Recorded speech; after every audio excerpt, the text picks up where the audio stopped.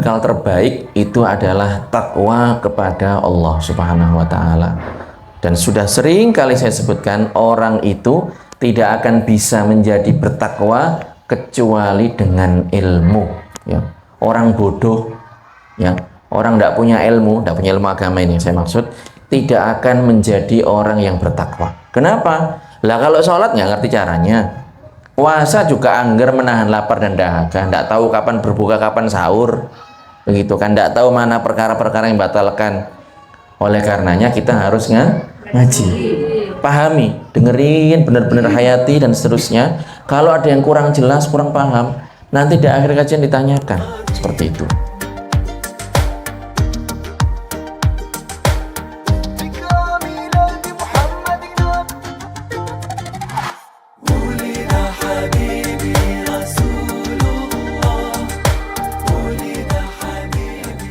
Karena memang ada hadisnya, jadi ada memang hadis yang menyebutkan bahwasanya saat tiba malam nisfu Sya'ban, kita itu diperintahkan untuk meramaikan malamnya dengan mengerjakan sholat, dan di siang harinya kita diperintahkan untuk mengerjakan ibadah puasa. Hukumnya sunnah.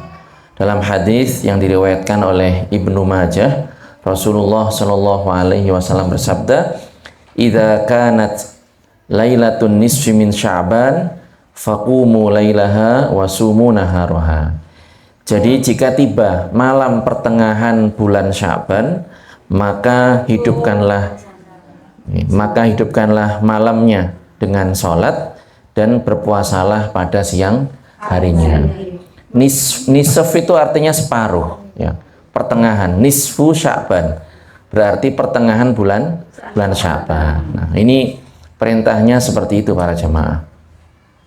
Jadi kita hendaknya menyibukkan diri dengan berbagai macam kegiatan baik. Di antaranya berdoa. Jadi doa ini punya keutamaan dalam agama Islam. Dalam firman Allah Subhanahu wa taala di surat Al-Baqarah ayat 186, Allah berfirman, "Wa idza sa'alaka 'ibadi 'anni fa inni qarib ujibu da'watad da'i idza da'an falyastajibu li wal yu'minu bi la'allahum yarshudun." Jadi maknanya, makna ayat ini, apabila hamba-hambaku bertanya kepadamu wahai Muhammad, jadi ini dikatakan kepada Kanjeng Nabi, Rasul dikatakan kepada beliau, apabila hamba-hambaku wahai Muhammad bertanya kepadamu mengenai aku, maka aku adalah zat yang dekat. Fa inni qarib, maka sesungguhnya aku adalah zat yang dekat. Yang perlu kita pahami para jamaah, ketika dikatakan Allah Maha Dekat atau mendekatkan diri kepada Allah, itu bukan dekat secara fisik, bukan dekat dari segi jarak. Kalau panjenengan alhamdulillah ini banyak yang hadir, ya, duduk berdekat-dekatan, nempel berdempet-dempetan, bukan dekat seperti ini. Kalau dekat seperti ini dekat antar makhluk, antar para hamba. Tapi kalau dikatakan Allah dekat, Allah Maha Dekat, ya, atau mendekatkan diri kepada Allah, maksudnya adalah kedekatan secara makna. Kedekatan secara makna. Bukan berarti orang yang di lantai gedung, tinggal di apartemen yang lantai 100 sekian di rumah susun misalnya, itu mereka lebih dekat dibandingkan kita yang hidup rumahnya cuma satu lantai. Bukan itu yang dimaksud, ya. Jadi Rasul diperintahkan untuk menjelaskan bahwasanya Allah itu adalah dekat, ya. Maksudnya adalah tidak ada sesuatu yang tersembunyi dari Allah Subhanahu wa taala. Orang ketika hadir di majelis ta'lim seperti ini, ya, kita husnudzon, niatnya adalah mencari ridho Allah Subhanahu wa taala. Tetapi sejatinya seperti apa, detailnya bagaimana, itu kita tidak tahu pasti. Namun Allah Subhanahu wa taala mengetahui hal tersebut. Tidak ada sesuatu pun yang tersembunyi dari Allah Subhanahu wa taala. Oleh karenanya kita harus senantiasa memantau hati kita. Kita tata niat kita bahwa kita hadir ke sini itu tujuannya adalah benar-benar mencari ridho Allah Subhanahu wa taala, mencari bekal hidup para jamaah. Ya. Kalau minggu kemarin ada yang hadir, sekarang sudah ada hadir. Ya kita ini sejatinya nunggu giliran. Dan kita tidak tahu. Meninggal itu tidak ada tidak ada notifikasinya. Bukan berarti seorang kakek itu matinya lebih dulu daripada cucu. Bukan berarti yang sehat itu matinya belakangan daripada yang sakit. Enggak. Oleh karenanya ya kita berusaha untuk istiqomah. Kalau panjenengan tidak ada halangan, tidak ada rintangan, tidak ada sesuatu yang mendesak banget, hadir.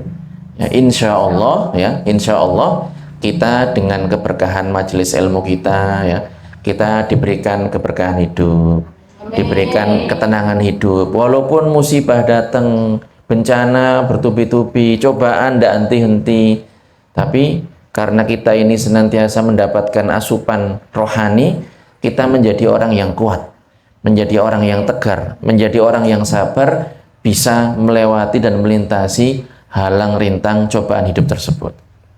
Jadi itu, Allah Subhanahu wa taala Maha dekat dengan pengertian tidak ada sesuatu pun yang tersembunyi darinya, ya.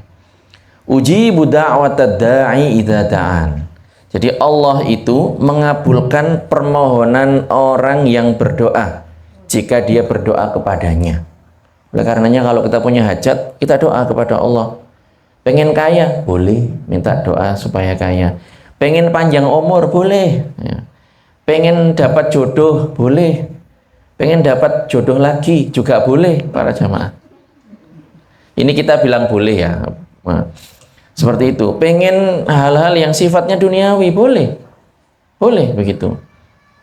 Ya, tapi nanti akan kita jelaskan bahwasanya dalam berdoa itu ada aturannya, ada tata keramanya, ada etikanya.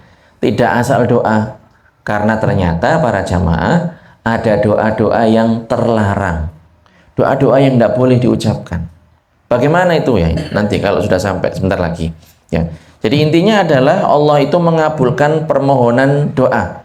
Jika seorang hamba berdoa kepadanya, maka akan dikabulkan oleh Allah Subhanahu wa taala. Oleh karenanya, ya, falyastajibu li wal yu'minu bi la'allahum yarsyudun. Oleh karenanya hendaknya kita berdoa kepada Allah, hendaknya kita beriman kepadanya supaya kita menjadi orang-orang yang selalu berada di jalur kebenaran. Dan Rasul sendiri bersabda, beliau menyebutkan ad-du'a'u mukhul ibadah. Ya, maknanya adalah bahwa doa itu punya kedudukan yang tinggi. Senjata kita para jamaah. Kalau sudah ikhtiar lahir ini sudah mentok, sudah maksimal, sudah semua cara, semua upaya, semua usaha dikerahkan, dilakukan, maka yang terakhir adalah doa. Nah, jadi doa itu punya kedudukan yang tinggi dalam agama Islam, merupakan ibadah yang memiliki kedudukan yang tinggi. Oleh karenanya kita jangan bosan-bosan berdoa kepada Allah Subhanahu wa taala. Kenapa punya kedudukan yang tinggi? Karena pada saat berdoa itu hamba mengaku bahwa dia ini adalah hambanya Allah, bahwasanya dia ini butuh kepada Tuhannya, bahwasanya dia mengakui kekuasaan dan kehendak Allah Subhanahu wa taala. Ya, dia perlu nikmat dan limpahan rahmat dari Allah Subhanahu wa taala. Jadi itu berdoa, ya. Kemudian tadi di hadis disebutkan kita diperintahkan untuk mengerjakan sholat malam, qiyamul lail, ya. Qiyam itu berdiri, lail itu malam. Maksudnya adalah berdiri di waktu malam untuk mengerjakan sholat, ya. Rasul bersabda, afdolus sholati ba'dal faridoti sholatul lail. Jadi sholat yang wajib itu hanya sholat 5 waktu. Kalau orang seandainya seumur hidup hanya sholat 5 waktu saja, maka dia tidak berdosa. Maka dia tidak berdosa. Hari raya nggak pernah ikut, taraweh juga nggak ikut, tapi 5 waktunya oke, lancar jaya, nggak ada masalah, terlaksana sebagaimana mestinya. Rukun syaratnya terpenuhi, perkara yang batalkan ditinggalkan. bagus, bagus. Tapi tetap kan kita kan tidak tahu ibadah kita ini mana yang diterima, mana yang tidak. Oleh karenanya setelah kita menyelesaikan, menuntaskan yang wajib, kita menambah dengan perkara yang sunnah. Nah, yang paling afdol para jamaah setelah sholat 5 waktu itu adalah sholat yang dikerjakan di waktu malam. Sholat yang dikerjakan di waktu malam. Sholat yang dikerjakan di waktu malam banyak. Ada sholat witir. Witir ini dikerjakan yang jumlah bilangannya kan ganjil. Waktunya setelah sholat isya, ya. Waktunya setelah sholat isya dan disunahkan untuk diakhirkan. Jadi kalau orang sholat sunnah begitu ditutup dengan witir 1 rakaat, begitu. Nah, ada sholat tarawih, ya. Ada sholat tarawih, ada sholat hajat. Hajat bisa di malam, siang juga bisa, boleh. Ya. Sholat tahajud ini adalah sholat yang dikerjakan orang habis bangun tidur itu, walaupun sebentar, tidur setengah jam kok ngelilir. Ya, terjaga, ya, sholat tahajud, ya, seperti itu.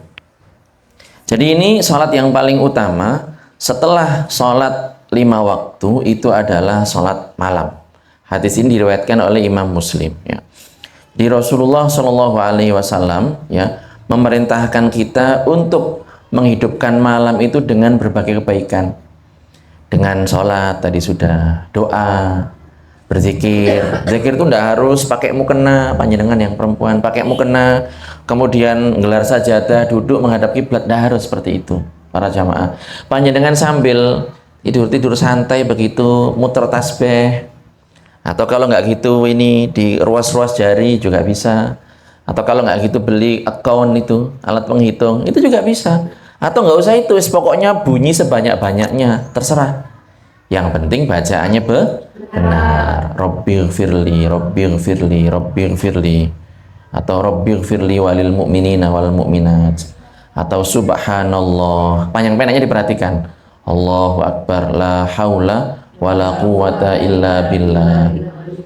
Ya, itu juga bisa ditambahkan. Terserah. Jenengan baca apa yang bisa jenengan baca. Baca kulhu sampai ngantuk, sampai tertidur. Nah, itu insya Allah diberikan mimpi yang indah oleh Allah Subhanahu wa ta'ala. Istighfar tadi, sholawat sallallahu ala Muhammad.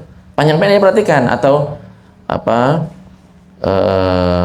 bisa sallallahu ala Muhammad, atau ya, atau Allahumma sholli ala Muhammad.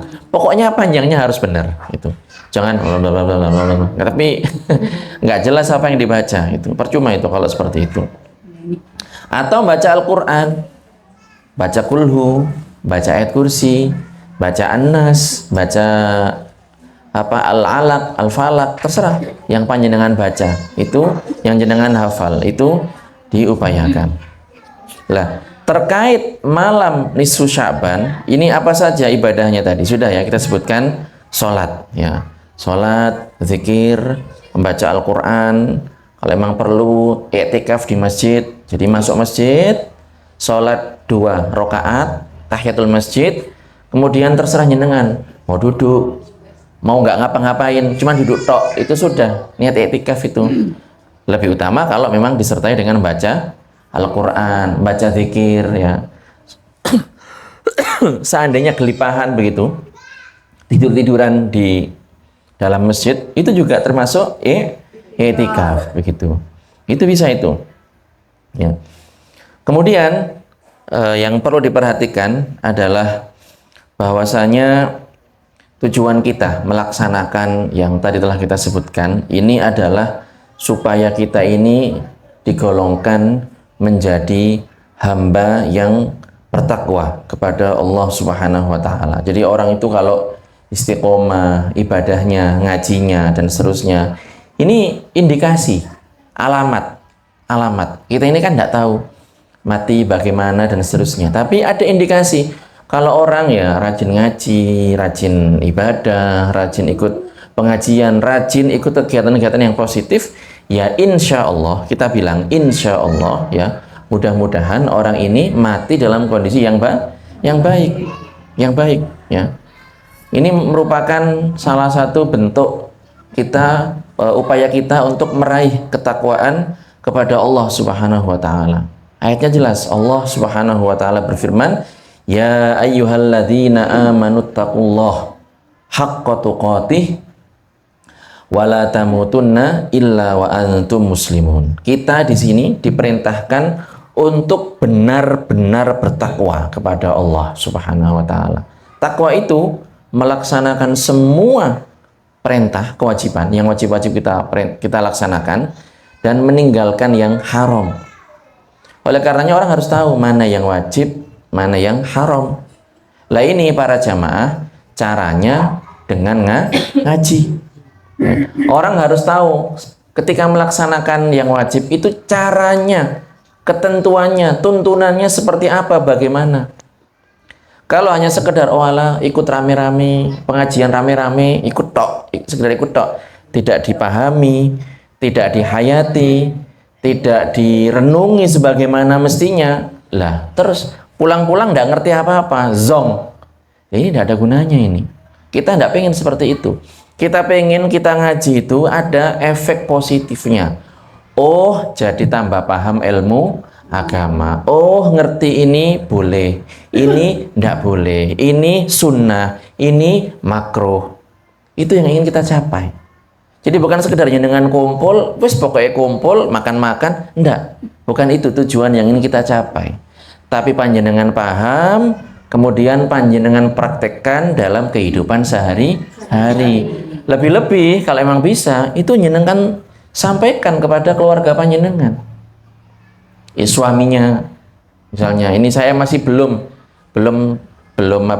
ada kesempatan untuk bikin jamaah laki-laki, karena laki-laki kadang ya begitulah. Jadi makanya saya melalui panjenengan itu panjenengan sampaikan sebelum tidur dengan Pak suami, ngobrol-ngobrol, Mas mang lo oleh ilmu ini iki lo videonya Ustadz iki sampean delok sampean rungokno. Ayo sampean kapan ajak konco-konco sampean iku ngaji sangune pati seperti itu. Jadi perempuan itu memang dari segi fisik diciptakan, ya dari segi fisik kebanyakan ya ini ya, diciptakan lebih lemah daripada laki-laki. Tapi perempuan itu bisa juga memberikan pengaruh yang kuat untuk suaminya. Beberapa orang itu melakukan tindakan yang diharamkan karena dorongan dari siapa? Istrinya. Wis Mas korupsi yo titik ae lho gak kakek. Siapa? Istrinya kayak gitu. Ya, suaminya penghasilannya nggak seberapa, tapi tuntutannya banyak. Istrinya begitu. Akhirnya apa? Ya melakukan hal yang diharamkan. Nah, bisa juga sebaliknya. Jadi suami mau melenceng begitu karena istrinya ikut ngaji. Ojo Mas, iku ndak oleh, haram itu. Aku gak gelem, mending aku keluwen daripada saman kayak nafkah sing gak halal. Nah, ini istri yang bagus seperti ini. Jadi panjenengan bisa punya peran, punya power seperti ini untuk ya bantu menjadi navigasi, menjadi navigator, penunjuk arah ya. Kalau misalnya ada suami membonceng istrinya, awas, iki ojo menengah-menengah gitu. Mari ki kan suaminya yang nyetir kan, kemudian istrinya yang bawa Google Map gitu kan. Mari ki menggok kanan, mari ki menggok kiri. Kan seperti itu. Kenapa? Ini kerjasama ini. Kalau seandainya ya suaminya nyetirnya ugal-ugalan ya, atau nggak ugal-ugalan tapi istrinya nggak bisa baca peta, akhirnya ya bisa bahaya, bisa nyasar, bisa kecemplung, bisa kesasak, naudzubillah, kendaraan yang lebih besar dan seterusnya. Jadi harus kerjasama. Wa ta'awanu 'alal birri wat taqwa wa la ta'awanu 'alal itsmi wal 'udwan. Jadi ini hubungan suami istri ini hubungan yang sangat erat. Tidak hanya dari segi makna, tapi juga dari segi fisik. Lah tidurnya aja bareng, dempet, dan lebih daripada itu ya. Makanya harus saling memotivasi dalam berbuat kebaikan kepada Allah Subhanahu wa taala. Kalau ada yang melenceng, satunya mengingatkan dan begitu seterusnya. Kemudian di potongan ayat yang tadi saya baca, wala tamutunna illa wa antum muslimun. Jadi kita ini berupaya supaya kita ini meregang nyawa, ya, bahasa kasarnya kayak gitu ya, supaya kita ini menghembuskan nafas yang terakhir, memejamkan mata untuk selama-lamanya, jantung kita ini berhenti berdetak dalam kondisi kita adalah seorang muslim atau muslimah. Makanya keimanan ini harus dijaga, ya. Keislaman ini harus dirawat para jamaah. Bagaimana? Ya kalau bunga ini ya kan harus rajin disirami. Ini apa mboten? Disirami, dikasih pupuk, ada hama dihilangkan. Kalau nggak direken, nggak dipedulikan, ya mati biasanya. Mati. Hati juga seperti itu, keimanan juga seperti itu. Orang kalau wis ngaji seminggu sekali nggak datang, ya kan? Padahal ya sudah diupayakan dan seterusnya. Ayo bu, ayo bu, ayo bu, gitu. Ini seminggu sekali begitu ya. Sudah dikirimi link YouTube juga nggak dibuka. Lah terus gimana dia? Jadi ada prioritas para jamaah, ada prioritas. Ya saya tahu mungkin panjenengan ada kesibukan dan seterusnya. Tapi tetap ya kita ini secara umum kita mendahulukan akhirat. Akhirat itu selamanya. Dunia sementara. Urusan akhirat jangan ditunda. Urusan dunia kapan-kapan bisa. Ngelencer kapan-kapan bisa, ya. Jalan-jalan, healing kapan-kapan bisa. Tapi kalau ngaji urusan akhirat jangan ditunda. Sholat jangan ditunda dan seterusnya. Seperti itu. Jadi jangan sampai seseorang itu meninggal kecuali dia dalam kondisi menjadi seorang muslim, ya. Seperti itu. Jadi kita diperintahkan untuk berbekal dengan takwa. Allah Subhanahu wa taala berfirman, "Wa tazawwadu fa inna khairaz zadit taqwa." Jadi bekal terbaik kita untuk kehidupan selanjutnya adalah takwa kepada Allah Subhanahu wa taala. Ya, Ibu Kusmami itu kemarin itu tidak bawa apa-apa para jamaah. Ya, tidak bawa apa-apa. Ya, gaji yang beliau kumpulkan itu nggak dibawa. Harta yang beliau simpan di rumahnya itu nggak dibawa. Yang dibawa adalah amal ibadahnya. Alhamdulillah, mudah-mudahan termasuk alamat husnul khotimah yang ikut ngaji. Terakhir ikut ngaji begitu. Dan tidak hanya itu, Bukus itu ngambil ekstra, beliau itu mau. Jadi kan memang orang-orang yang maksudnya ikut khidmah di sini, kerja di sini kan saya sarankan monggo ikut pengajian. Kalau emang baik saya ikut bikin kajian di rumah, kita kirim santri. Setiap minggu anak-anak datang, anggota keluarganya dikumpulkan seperti itu. Panjenengan juga boleh request seperti itu. Ustadz, ini saya ini ada anggota keluarga tapi mungkin masih sungkan datang ke pondok. Bagaimana kalau di rumah saya dibikin ngaji keluarga, Ustadz? Oh, monggo, siap. Tidak apa-apa. Nanti ya kalau saya senggang saya yang datang, tapi biasanya saya wakilkan anak begitu. Jadi ngaji di situ 1 orang 2 orang ngaji hal-hal yang penting-penting, masalah-masalah akidah, masalah toharoh bersuci. Ini diundang keluarganya ini, suaminya, anak-anaknya, apa mungkin tetangganya, kerabatnya, seperti itu para jamaah. Jadi tidak apa, ngaji itu tidak harus apa mewah begitu, harus keluar uang, enggak. Yang penting pokoknya ada niat. Yang penting pokoknya ada niat. Ya mudah-mudahan kita semuanya ini ya dikumpulkan, ya jamaah kita, keluarga kita, orang-orang kita cintai, dikumpulkan oleh Allah Subhanahu wa taala kelak di surga. Oleh karenanya ya bekalnya harus disiapkan. Bekal terbaik itu adalah takwa kepada Allah Subhanahu wa taala. Dan sudah sering kali saya sebutkan, orang itu tidak akan bisa menjadi bertakwa kecuali dengan ilmu, ya.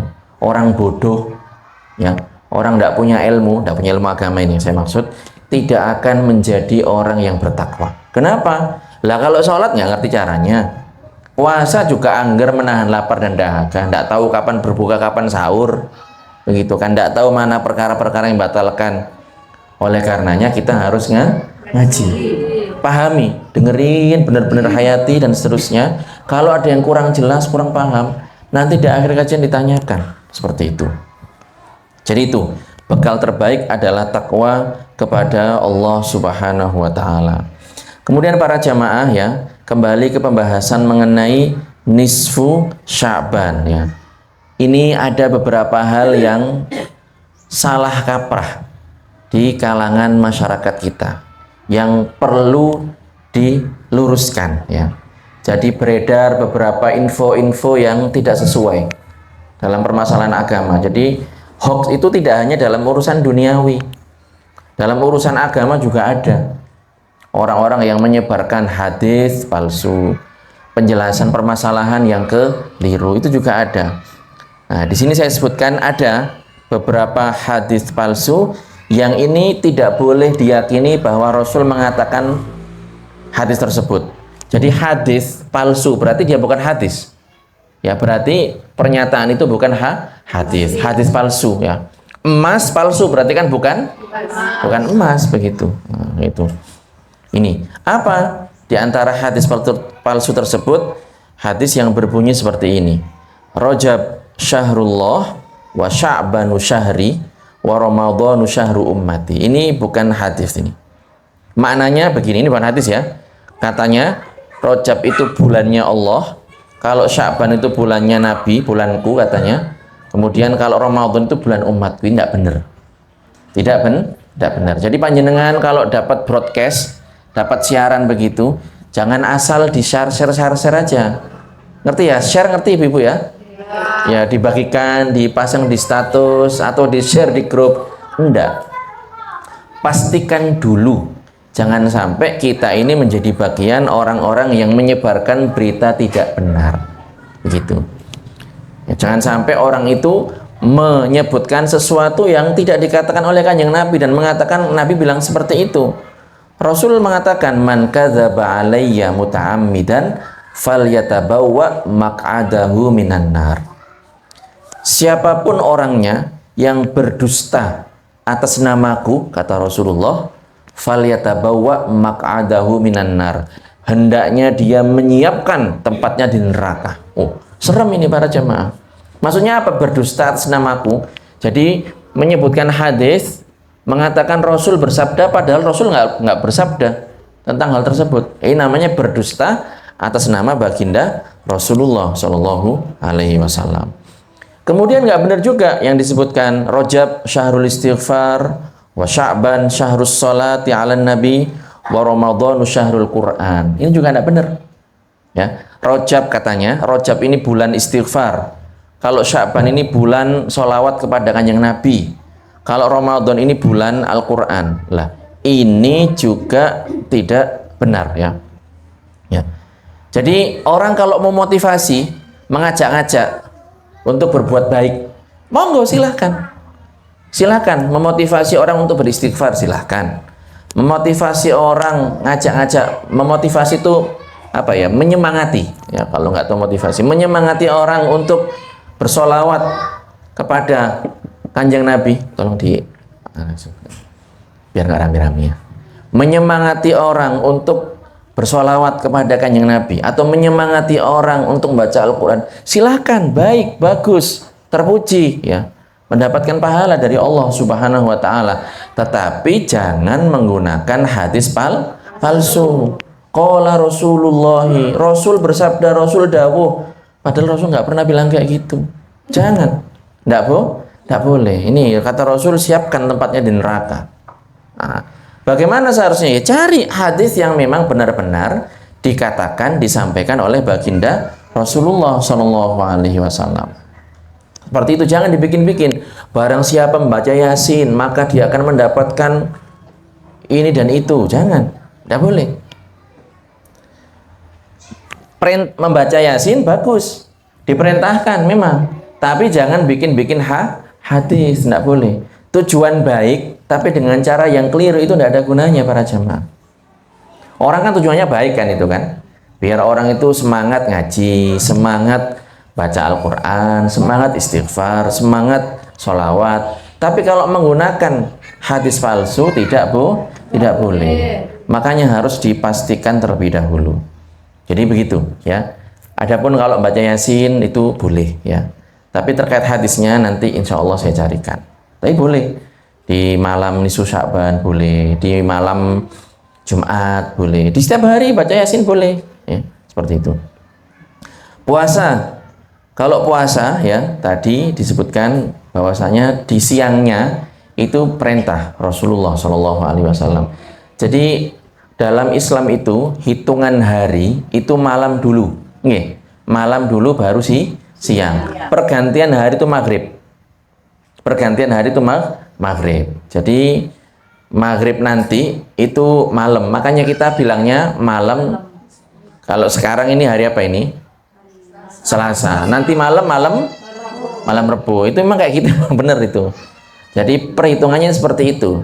Makanya kalau seandainya puasa, misalnya ini kelihatan hilal, kan malamnya kan tarawih, itu malam pertama bulan Ramadan. Seperti itulah.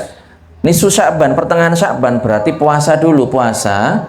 Kemudian malamnya itu malam nisfu Sya'ban. Itu. Gitu ya. Malam dulu, berarti malam nisfu Sya'ban, kebalik ya. Malam dulu nisfu Sya'ban, kemudian siangnya besok harinya puasa. Itu kebalik tadi saya. Begitu. Kemudian ini ada beberapa hal yang juga disalahpahami oleh masyarakat. Ya, penjelasan mengenai turunnya Al-Qur'an. Al-Quran itu para jamaah turun pada malam Lailatul Qadar. Al-Quran itu turun pada malam Lailatul Qadar ya. Bukan pada malam nisfu Sya'ban ya. Seperti itu. Jadi Al-Quran itu turun pada malam Lailatul Qadar.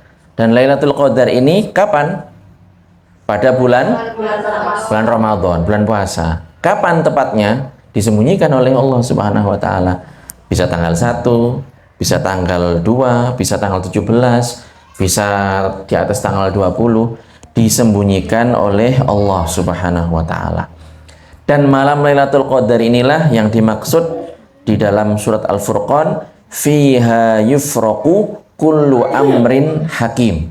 Yang maknanya adalah bahwa pada malam itu dijelaskan ketetapan Allah yang penuh dengan hikmah. Jadi begini para jamaah, setiap tahun sekali malaikat itu diperintahkan oleh Allah Subhanahu wa taala untuk menyalin, ngerti nggih menyalin nggih? Ya. Menyalin peristiwa-peristiwa yang terjadi selama setahun ke depan.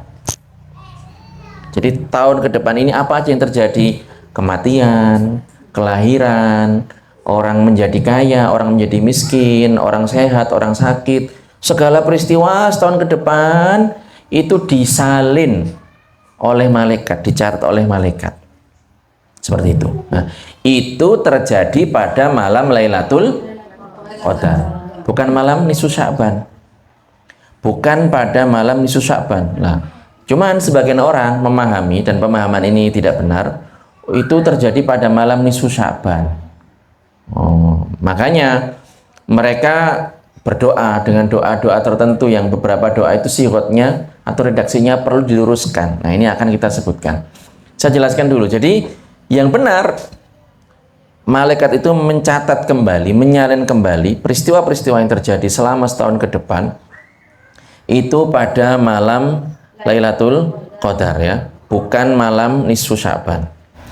Jadi Al-Qur'an itu turun ya pada malam Lailatul Qadar dari ke Baitul Izzah, ke Baitul Izzah langit pertama. Kemudian dari situ kemudian turun secara berangsur-angsur menyesuaikan kondisi yang terjadi di masa Nabi Muhammad SAW.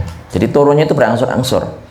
Yang pertama kali turun itu bukan Al-Fatihah, tetapi surat Al-Alaq. Iqra bismi rabbikal ladzi khalaq, khalaqal insana min 'alaq. Iqra wa rabbukal akram alladzi 'allama bil qalam. Jadi 5 ayat pertama ini itu turun. Bukan Al-Fatihah, enggak. Adapun urut-urutannya yang sekarang kita baca ini juz 1, juz 2 itu ya bukan ngawur, itu diajarkan oleh Nabi Muhammad sallallahu alaihi wasallam. Nah, begitu.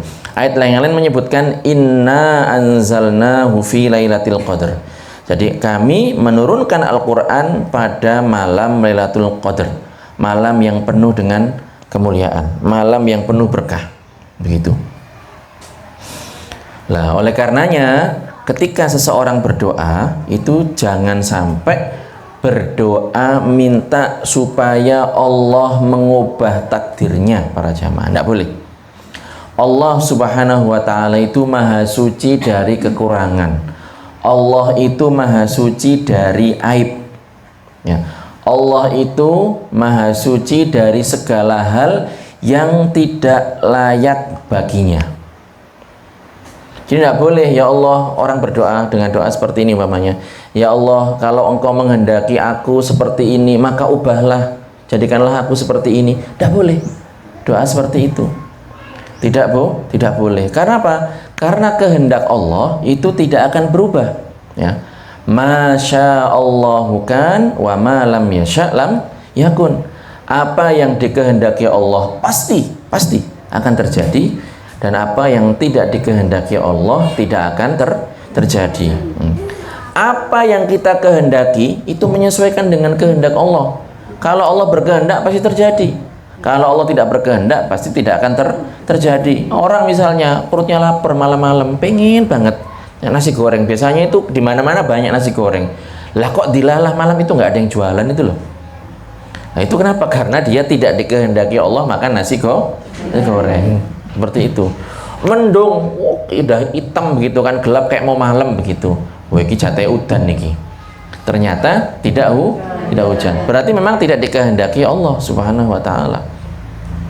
Wa ma tasyauna illa ayyasha Allahu rabbul alamin.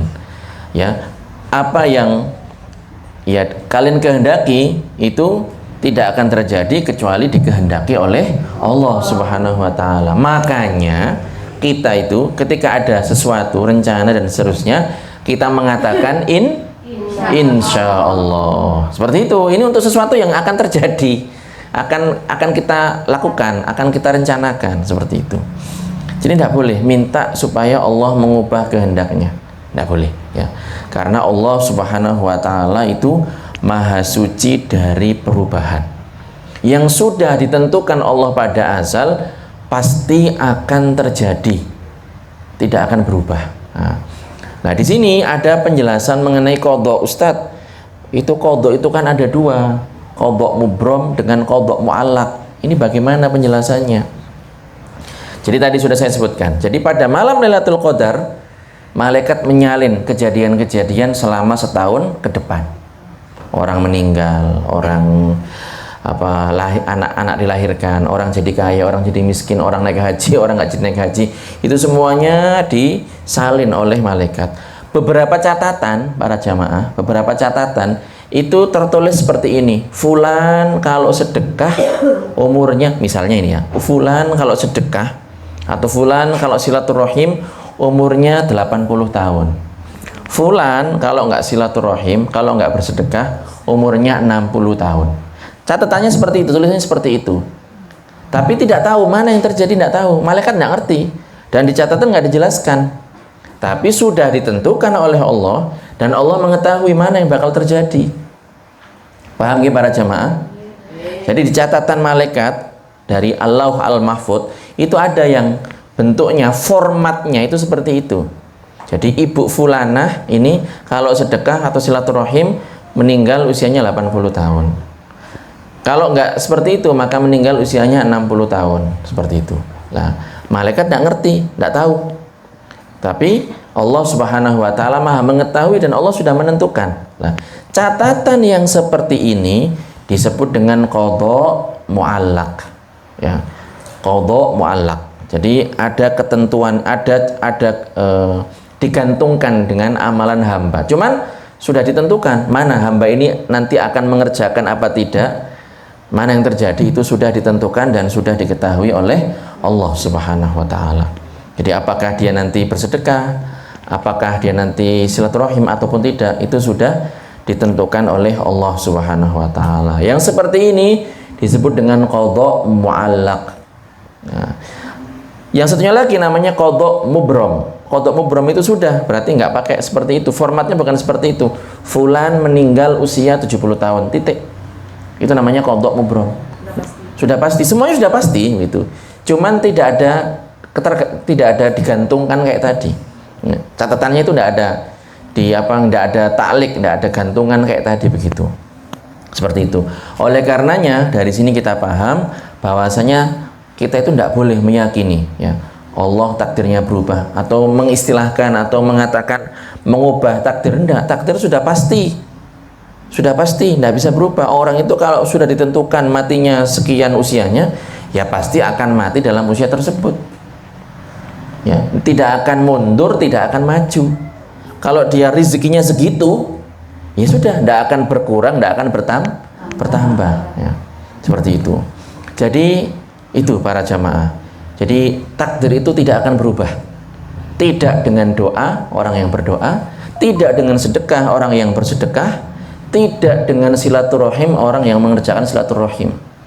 Jangankan kita, Rasul saja ketika meminta sesuatu dan ternyata takdir Allah tidak seperti itu, tidak akan dikabulkan ya, tidak akan dikabulkan ya. Suatu ketika Rasul itu bersabda, sa'altu rabbi arba'an fa'a'tani thalathan wa mana'ani wahidah. Saya memohon kepada Tuhanku 4 perkara. Yang 3 Allah memberikannya kepadaku, sedangkan yang 1 tidak dikabulkan oleh Allah Subhanahu wa taala. Apa permintaannya? Rasul meminta sa'altuhu alla yukfira ummati jumlatan fa'a'taniha.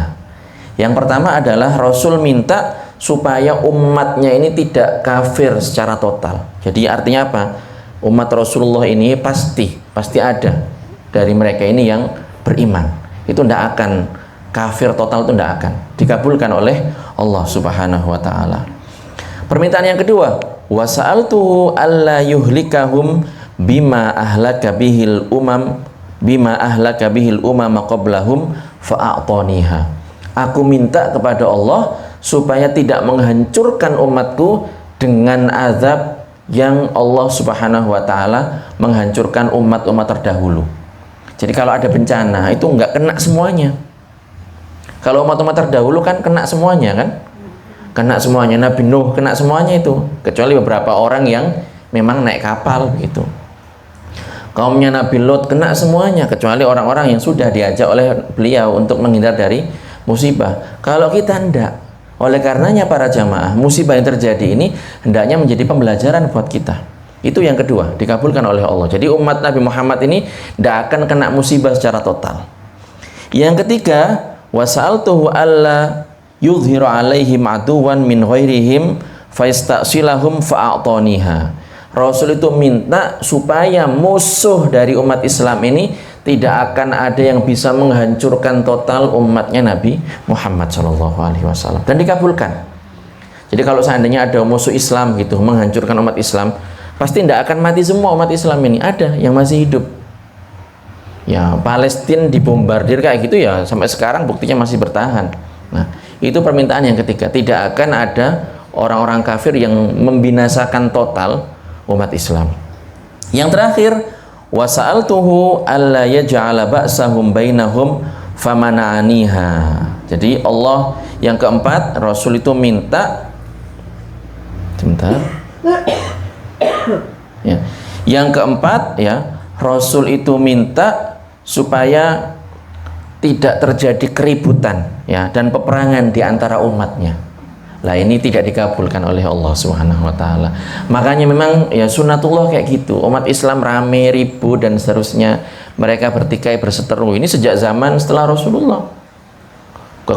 Perebutan kekuasaan ya. Ini Rasul minta supaya nggak terjadi seperti itu. Tetapi tidak dikabulkan oleh Allah Subhanahu wa taala. Ya, jadi itu. Rasul minta 4 perkara, dikabulkan berapa tadi? 3, 1 tidak dikabulkan. Di riwayat yang lain disebutkan Rasul minta 3, yang 2 dikabulkan, yang 1 tidak dikabulkan. Kemudian di akhir hadis disebutkan hadis qudsi, ya Muhammad inni idza qadaitu qadaan fa innahu la yurad.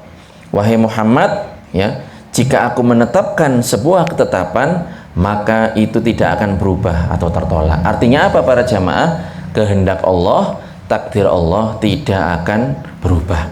Oleh karenanya kita tidak boleh minta supaya Allah mengubah takdirnya, seperti itu. Jadi ini mudah-mudahan bermanfaat untuk kita sekalian, nggih. untuk kitab ini sudah hatam, jadi nanti bisa dimurojaah di video yang sudah saya share yang kemarin belum sempat ngedit ya. Tapi nanti ada tambahan, ini ringkasannya, nanti saya akan jabarkan lagi. Silakan dibuka, ada penjelasan tambahan dan seterusnya. Sebenarnya rencananya kemarin kita akan bahas puasa ya. Tapi ya karena ini berkenaan dengan nisfu Sya'ban, saya dahulukan nisfu Sya'ban. Insya Allah pada minggu berikutnya kita akan membahas detail lebih rinci lagi dari yang kemarin sudah kita bahas mengenai fikih di bulan Ramadan, puasa, fidyah, zakat, kemudian sunnah-sunnahnya apa saja, amalan-amalannya bagaimana.